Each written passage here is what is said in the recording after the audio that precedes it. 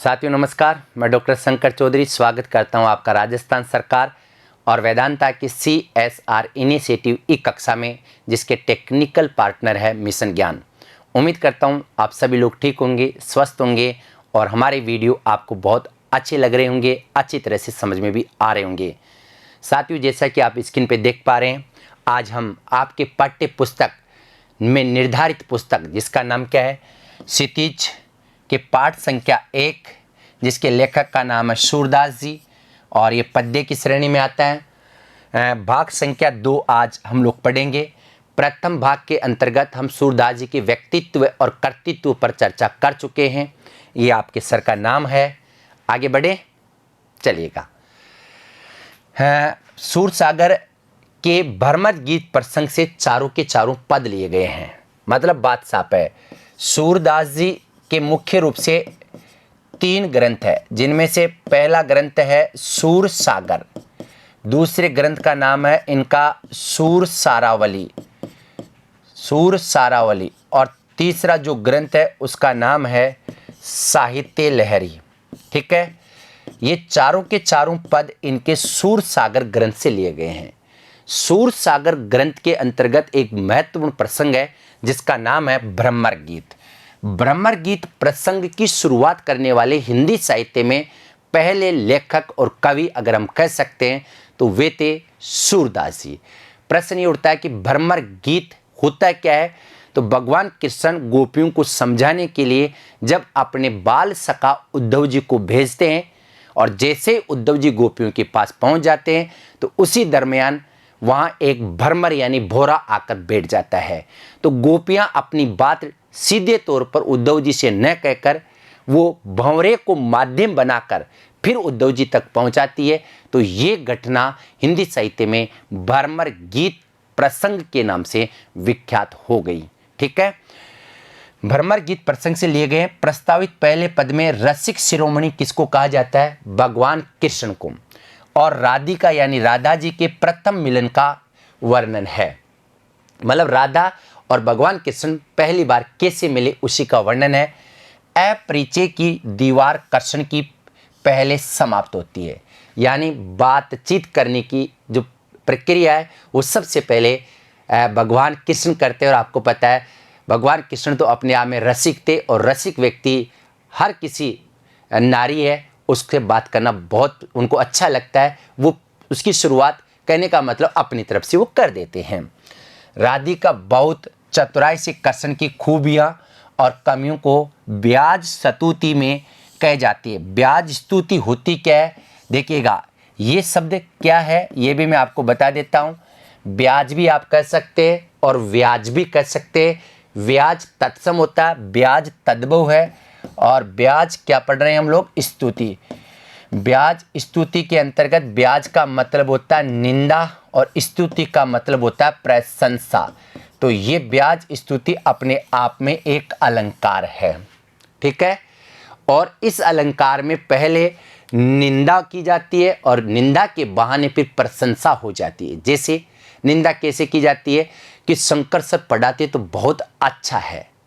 देखिएगा शंकर सर 1.5 घंटा ही पढ़ाते हैं, ये तो निंदा हो गई, लेकिन बहुत अच्छा पढ़ाते हैं, तो ये क्या हो जाएगी बताइए, प्रशंसा। तो पहले निंदा होती है फिर प्रशंसा होती है। वही बात यहाँ कर रही है कौन, राधा जी। राधा जी उनकी निंदा करती है कि हमने तो ये सुना है कि नंद बाबा का एक छोरा है वो माखन की चोरी करता है, और फिर उनकी प्रशंसा भी वो कर देती है। तो इस प्रक्रिया को क्या कहा जाता है, ब्याज स्तुति में कह रही है। अंततः कृष्ण राधिका को संग खेलने के लिए आमंत्रित करते हैं और लास्ट में भगवान कृष्ण राधा को अपने साथ खेलने के लिए आमंत्रित करते हैं।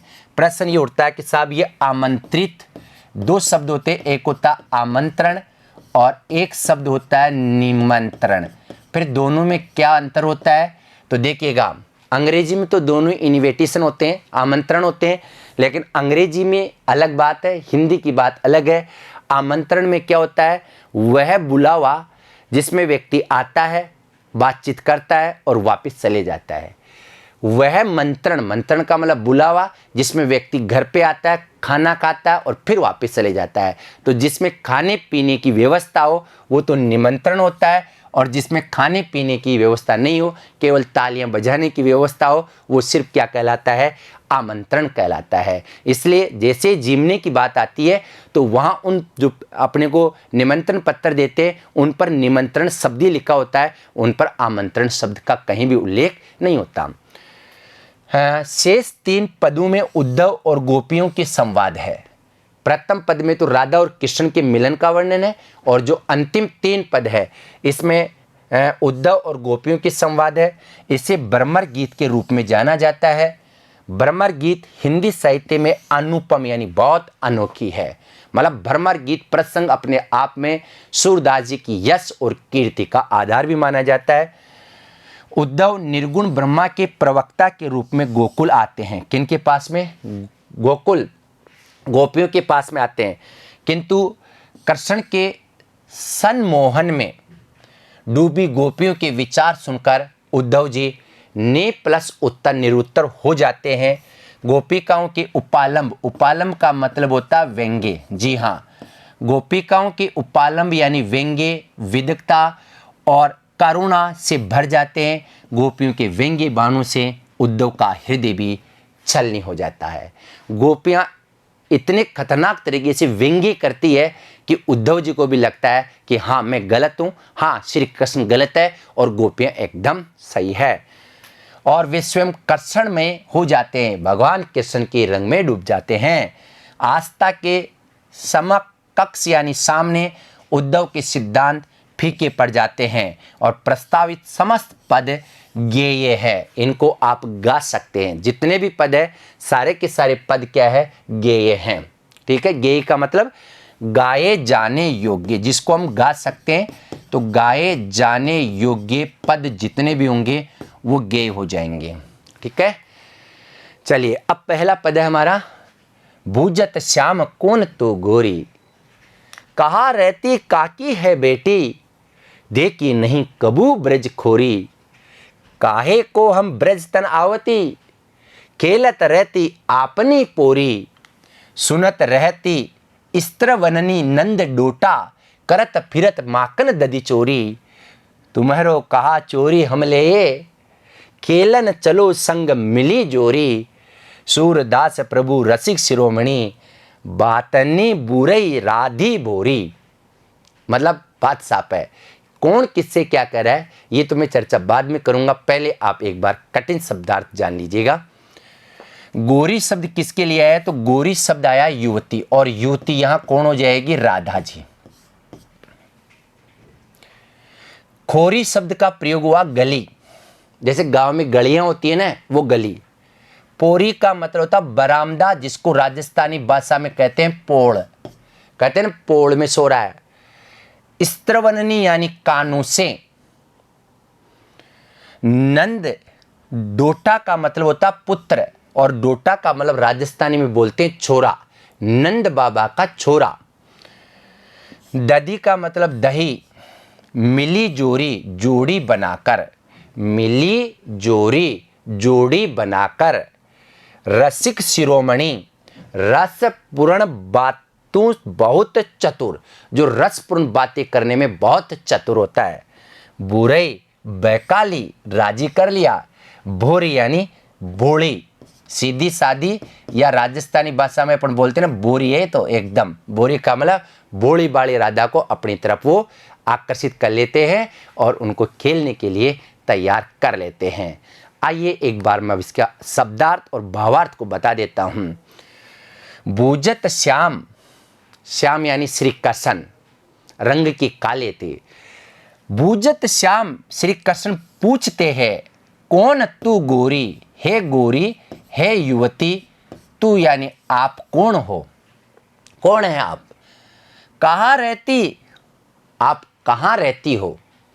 काकी है बेटी, काकी का मतलब किसकी है बेटी, आप कहाँ रहते हो, आप किन की बेटी हो। देखी नहीं, मैंने कभी भी नहीं देखा, कबहू कभी भी, ब्रज खोरी, ब्रज की खोरी यानी गलियों में मैंने आपको कभी भी नहीं देखा। काहे को हम ब्रज तनावती, अब कौन करे? राधा जी करें कि हम ब्रज में काहे लेने के लिए आते? काहे यानी क्या लेने के लिए हम ब्रज में आते?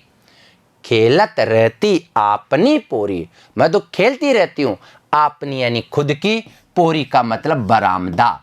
हम लोग तो हमारे बरामदे में ही खेलते रहते, घर से बाहर ही नहीं निकलते हैं। फिर सुनत रहती स्त्रवननी नंद डोटा, लेकिन एक बात बताऊँ आपको, मैं सुनती रहती हूँ। स्त्रवननी यानी किससे? कानू से। नंद यानी नंद, टोडा का मतलब क्या हो जाएगा? लड़का, कि नंद बाबा का लड़का करत फिरत माखन दधी चोरी, यानी करते फिरते रहते हैं माखन और दधी यानी दही की चोरी, यानी चोरी करते रहते हैं। ये तो मैंने जरूर सुना है। मतलब अब व्यंग्य कर रही है कौन? राधा जी। तुम्हारो कहा चोरी हम ले, हे कृष्ण जी कह रहे कि आप बताओ अब हम आपका क्या चोरा लेंगे? तुम्हारो कहा चोरी हम लेवे, हम आपका क्या चोर लेंगे? खेलन चलो संग साथ में, मिली यानी मिलकर, जोड़ी यानी जोड़ी बनाकर, आप तो मेरे साथ खेलने के लिए चलो। सूरदास प्रभु रसिक शिरोमणि, सूरदास जी कहते हैं कि प्रभु यानी श्री कृष्ण रसिक शिरोमणि है, यानी रस के भी राजा है। बातनी, बातनी का मतलब हो जाएगा बातों में। बुरई का मतलब क्या हो जाएगा? बहलाकर। राधी यानी किसको? राधा को। और भोरी का मतलब भोली, भोली भाली राधा जी को वो अपनी बातों में फुसलाकर, बहकाकर अपने साथ खेलने के लिए राजी कर लेते हैं। यहाँ तक बात आपको अच्छी तरह से समझ में आ गई होगी। और ये पहला पद्यांश है, इसमें राधा और कृष्ण के बीच में जो पहले अपरिचय था वो बाद में जाने के बाद परिचय में बदल जाता है और राधा जी कृष्ण के साथ खेलने के लिए तैयार हो जाती हैं। चलिए इसके बाद में यह है पद्यांश संख्या 2, मधुकर श्याम हमारे चोर। गोपियां कह रही है, किससे कह रही है? अब जितने भी हम पद पढ़ेंगे ना, तीनों पदों में गोपियां किससे कहेगी? उद्धव जी से कहेगी। ठीक है, गोपियां किनसे कह रही है? उद्धव जी से यह बात कहेगी कि हे मधुकर। मधुकर शब्द किसके लिए है? उद्धव जी। श्याम श्री कृष्ण हमारे चोर, श्री कृष्ण तो हमारे चोर हैं। पहले मैं कठिन शब्दार्थ बता दूं एक बार, इसको पढ़ देता हूं। मन हरि लियो तनक चितवनी में, चपल नैन की कोर, पकड़े हुते हृदय और अंतर प्रेम प्रीति के जोर, गए छड़ाए तोरी सब बंधन, दे गए हसनी अकोर, चौकी परी जागत निस बीती, दूत मिल्यो एक भौर, सूरदास प्रभु सरबस लूट्यो, नागर नवल किशोर। पहले आप कठिन शब्दार्थ जान लीजिएगा। मधुकर यहाँ भोरे के लिए आया, लेकिन ये मधुकर यानी किसको संबोधित कर रही है गोपियां? उद्धव जी को। वैसे मधुकर शब्द का शाब्दिक अर्थ भोरा ही होता है, लेकिन मैंने आपको बताया ना भाई, गोपियां भोरे को तो क्या कहेगी? वो किसको माध्यम तो भोरे को बना रही है, लेकिन बात कहाँ तक पहुंचा रही है? उद्धव जी तक। हरी लियो चुरा लियो, तनक यानी थोड़ी सी, कहते हैं ना अपन तनिक यानी थोड़ी सी, चितवनी यानी दृष्टि, चपल यानी चंचल, नैन यानी नेत्र, कोर यानी कोना, पकड़े होते पकड़ रखे थे, पकड़े होते यानी पकड़ रखे थे, जोर यानी बल पर, जोर का मतलब बल पर, छड़ाए छुड़ाकर, हसनी हंसी, अकोर का मतलब रिश्वत में। अकोर शब्द जान लीजिएगा, इसका मतलब होता है रिश्वत या मूल्य। निशी यानी रात, भौर का मतलब भौरा हो ही जाएगा। सरबस, सरबस का मतलब होता है सब कुछ, सर्वस्व। नागबर, नागबर का मतलब होता है चतुर या चालाक। नवल किशोर यानी भगवान कृष्ण हैं। यहाँ तक कठिन शब्दार्थ 2-3 बार आप पढ़ेंगे तो समझ में आ जाएगा। वैसे बहुत इजी है, मैं एक साथ ही इनकी सभी पदों के बारे में बताऊंगा। जितने भी पद हैं ना, सबकी भाषा कौन सी है? ब्रज भाषा है। ध्यान दीजिए, भाषा कौन सी है? ब्रज भाषा। रस कौन सा है? पहले पद में श्रृंगार था, अंतिम 3 में भी श्रृंगार है, लेकिन पहले पद में संयोग श्रृंगार था, वहाँ मिलन हो रहा था, और यहाँ इस पद की बात करें और आगामी पदों की बात करें तो वियोग श्रृंगार इनमें होगा। ठीक है। अब यहाँ मधुकर श्याम हमारे चोर, गोपियाँ कह रही है कि हे उद्धव जी, भगवान कृष्ण तो हमारे चोर हैं। हालांकि वो वास्तविक रूप में उनको चोर सिद्ध नहीं करना चाहती थी, लेकिन ऐसे कह रही है कि क्या क्या चुरा लिया उन्होंने। मन हरि लियो, उन्होंने हमारे मन का हरण कर लिया, हमारे मन को उन्होंने चुरा लिया है। तनक, तनक यानी थोड़ी सी, चित्तवनी यानी दृष्टि में, मतलब उन्होंने हमारी तरफ थोड़ी सी देखी थी, मतलब हल्का सा हमारी तरफ उन्होंने देखा और देखते ही उन्होंने हमारे मन को चुरा लिया। चपल नैन की कोर, और उनके जो नेत्र है वो बहुत चंचल है, और उस चंचल नेत्रों ने हमारे मन को हमेशा हमेशा के लिए चुरा लिया। हम तो हमेशा हमेशा के लिए भगवान कृष्ण के हो गए। हे मधुकर जी, श्याम तो हमारे क्या है, चोर है। पकड़े होते हृदय और अंतर, प्रेम प्रीति के जोर, और पकड़े होते, हमने उनको पकड़ रखा था, हृदय और अंतर, अपने हृदय के अंदर उनको बैठा रखा था, पकड़ रखा था, अपने हृदय के अंदर उनको बैठा रखा था। प्रेम प्रीति के जोर, प्रेम प्रीति के जोर यानी प्रेम से और प्रीति यानी लगाव से जबरदस्ती उनको हमने पकड़ रखा था। गए छड़ाए, गए छड़ा यानी छोड़कर, तोरी सब बंधन, सारे के सारे बंधन जो हमारे साथ रहने की जो उन्होंने कसमें खाई थी, तोड़कर चले गए। दे गए हसनी अकोर, और केवल उसके मूल्य के रूप में, मतलब इतनी चीजें हमारे साथ हुई, उसका मूल्य था कि उन्होंने केवल और केवल एक बार हमारी तरफ मुस्कुराया था। तो उस मुस्कान के मूल्य के, या मुस्कान की रिश्वत है ना, उसके रूप में हमें इतने सारे गम वो दे गए। दे गए हसनी अकोर, यानी उनकी एक हंसी जो रिश्वत में थी वो हमें दे गए और हमारे सब कुछ मन को हर कर ले गए। चौंकी परी, चौंक पड़ती हैं एकदम रात्रि को, जागत निसी बीती, जाग जाते हैं, निसी बीती, रात भी बीत जाती है उनकी याद में, उनके मनन में, उनके बारे में सोचने से हमारा तो हाल ही बेहाल हो गया। चौंक की परी, हम रात को भी चौंक पड़ते हैं, जागत यानी जाग जाते हैं, निसी यानी रात्रि को, बीती यानी बीत जाती है, किनके लिए, भगवान कृष्ण की याद में। दूत मिलो एक भोर, और ऐसे समय में दूत यानी क्या होता है, संदेश ले जाने वाला, मिला एक भौर। हे उद्धव जी, आप हमें दूत के रूप में मिले हैं। सूरदास जी कह रहे हैं प्रभु सरबस लूट्यो। सूरदास जी कहते हैं कि गोपियां ये कह रही है कि भगवान श्री कृष्ण ने हमारा सब कुछ लूट लिया है। नागर नवल किशोर, किसके लिए है ये, नागर यानी चतुर, नवल किशोर यानी श्री कृष्ण जी ने हमारा सब कुछ लूट लिया है, हमारे मन को हर के ले गए, हमारा मन ही नहीं लगता, हम रात्रि को सो भी नहीं पाते हैं। तो बात साफ है, अगर आपसे पूछा जाए इसकी भाषा, तो भाषा तो सभी की कौन सी होगी, ब्रज भाषा। अगर आपसे पूछा जाए इसमें रस कौन सा है, तो इसका जो रस है वो है वियोग श्रृंगार। जी हाँ, इसका रस होगा वियोग श्रृंगार। समझिएगा इंपॉर्टेंट बातें, वियोग श्रृंगार। और जो पहला पत्ता जिसमें राधा और कृष्ण मिल रहे थे, उसमें संयोग श्रृंगार देखने को मिल रहा था। हाँ, इसके बाद में ये इनका तीसरा पद्यांश है। अब गोपियां, वही बातें चल रही है, गोपियां किन से कह रही है, इसमें भी गोपियां उद्धव जी से कह रही है, गोपियां उद्धव से कह रही है। क्या कह रही है, संदेशनी मधुवन कूप भरे, कि हे उद्धव जी, संदेशों के कारण मथुरा के सारे कुएं भर गए हैं। लेकिन एक बार मैं पहले इसका उच्चारण कर देता हूं, फिर कठिन शब्दार्थ बताऊंगा, फिर शब्दार्थ पर वापस आएंगे।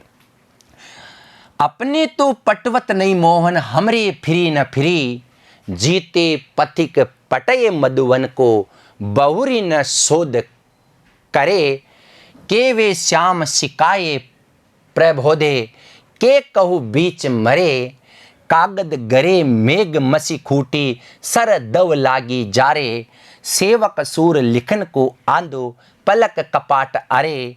बात साफ है, क्या कहना चाह रही गोपियां मैं बताऊंगा, लेकिन पहले एक बार कठिन शब्दार्थ को जान लीजिएगा। संदेशनी यानी इतने संदेश हमने भेजे, बहुत सारे संदेश। मधुवन यानी मथुरा को क्या कहा जाता है? मधुवन, जहां भगवान कृष्ण रहते हैं। कूप यानी कुएं। पटवत यानी भेजते, फिरी यानी इसके बाद, न फिरे नहीं लौटे, जीते यानी जितने, पथिक यानी मथुरा जाने वाले यात्री। जो भी मथुरा में गए उन यात्रियों को यहाँ क्या कहा गया? पथिक। पठे यानी भेजे, बहुरी यानी फिर से, शोध यानी उन्होंने हमारी कोई भी खोज, हमारी शुद्ध बुद्ध नहीं ली। प्रमोदे वश में कर लिया, सिकाए यानी बहका कर या सिका कर। प्रमोदे का मतलब होता है वश में कर लिया, ये पूछा जाता है। प्रमोदे का मतलब होगा वश में कर लिए। कागद यानी कागज, गरे यानी गल गए, मेघ यानी वर्षा से, मसी यानी शाई। मसी किसके लिए है? शाई के लिए। खूटी यानी समाप्त हो गई, सर यानी सरकंडे, दव यानी दावानल, जरे यानी जल गए। सेवक, सेवक कौन होगा? लिखने वाला, नौकर या कर्मचारी, जो पत्र लिखता उसके लिए है। या आंधो या तो अंधा हो गया होगा, या कपाट किवाड़, अरे यानी अड़े हुए यानी बंद हो गए होंगे। इसलिए भगवान कृष्ण हमारे जो संदेश है उनका उत्तर नहीं दे पा रहे हैं। तो गोपियां उद्धव जी से क्या कह रही है कि संदेश नहीं, हमने इतने संदेश भेजे हैं भगवान कृष्ण को कि मधुवन कूप भरे। मधुवन का मतलब मथुरा के, जहां भगवान कृष्ण रहते थे, उनके कूप यानी कुएं भी भर गए। अपने तो पटवत नहीं मोहन, अपनी तरफ से तो पटवत भेजते नहीं है। पटवत का मतलब भेजते नहीं है मोहन, हमरे फिरे न फिरे। और आपको पता है अपने तो पटवत नहीं मोहन, भगवान कृष्ण कभी भी अपनी तरफ से हमें संदेश नहीं भेजते हैं, लेकिन हमरे फिरी न फिरी, हम जो भेजते हैं ना वो फिरी न फिरी वापस लौटकर हमारे पास नहीं आता। जीते पथिक पटे मधुवन को, जितने भी पथिक का मतलब होता है राहगीर, रास्ते चलने वाले।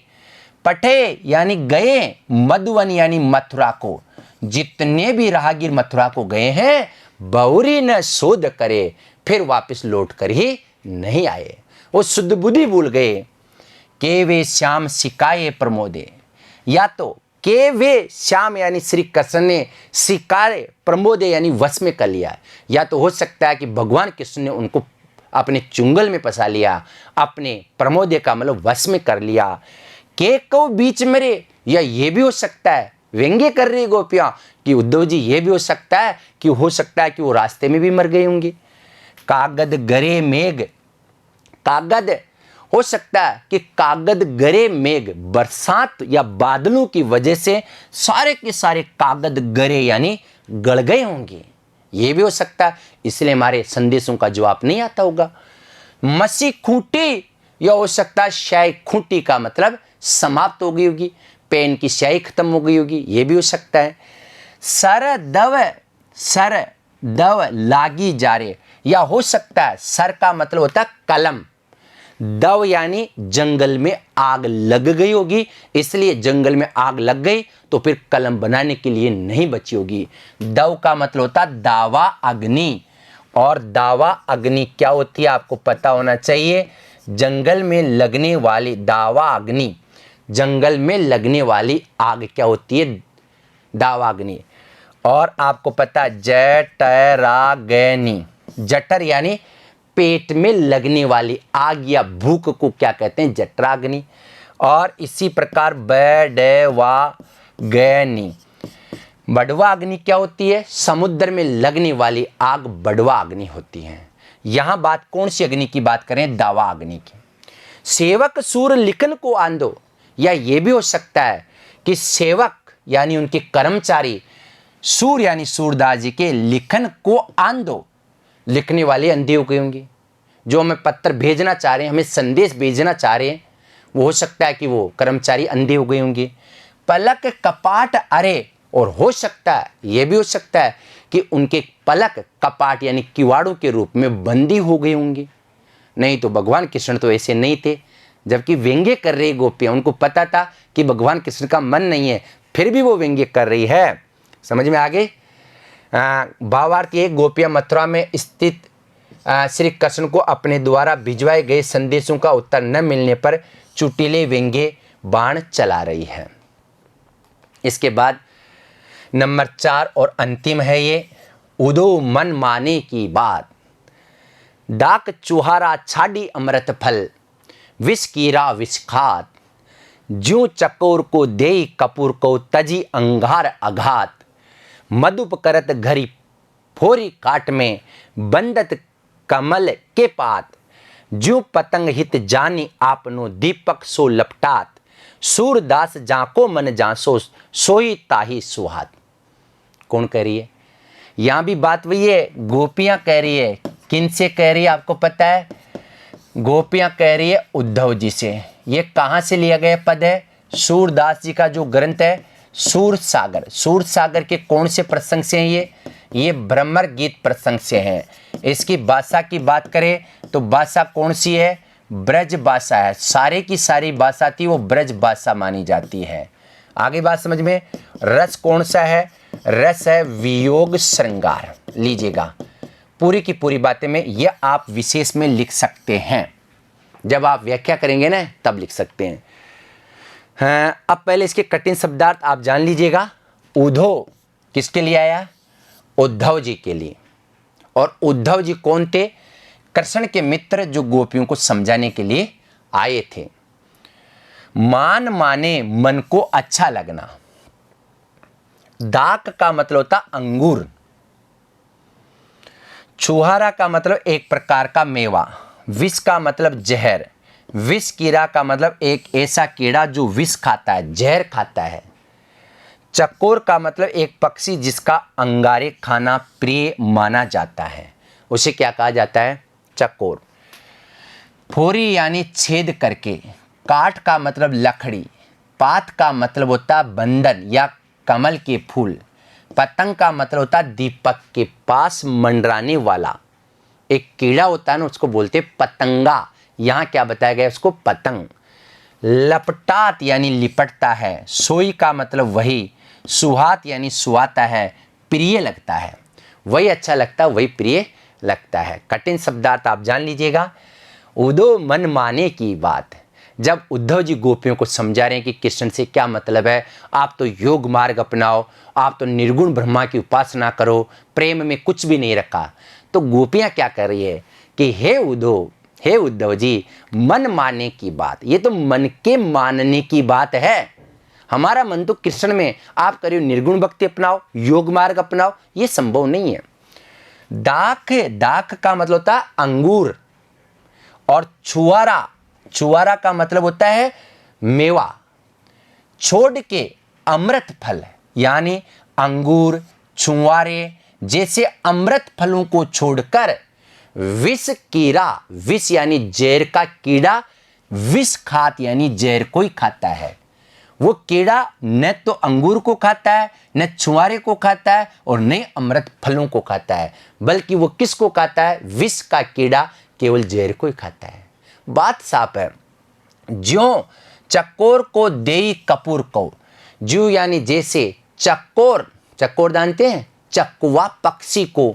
देई कपूर को, कोई भी व्यक्ति अगर कपूर दे देता है तो तजी अंगार आघात।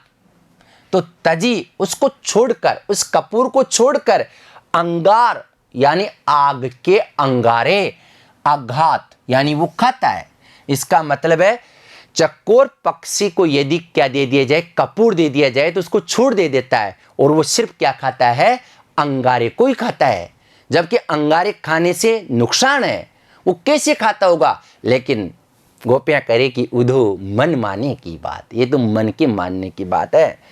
मधुप करत घर फोरी काट में।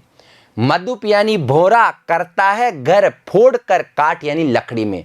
भोरा लकड़ी को फोड़कर घर करता है, जबकि कहां रहता है? बंदत कमल के पात। दिन भर वो कमल है उससे रस आस्वादन करता रहता है। लेकिन कहाँ रहता है वो रहता है लकड़ी को फोड़ के उसके भीतर, क्योंकि नहीं तो कहाँ रह सकता था, कमल के पत्तों पर भी रह सकता था। लेकिन नहीं, गोपियां कह रही है उधो मन माने की बात।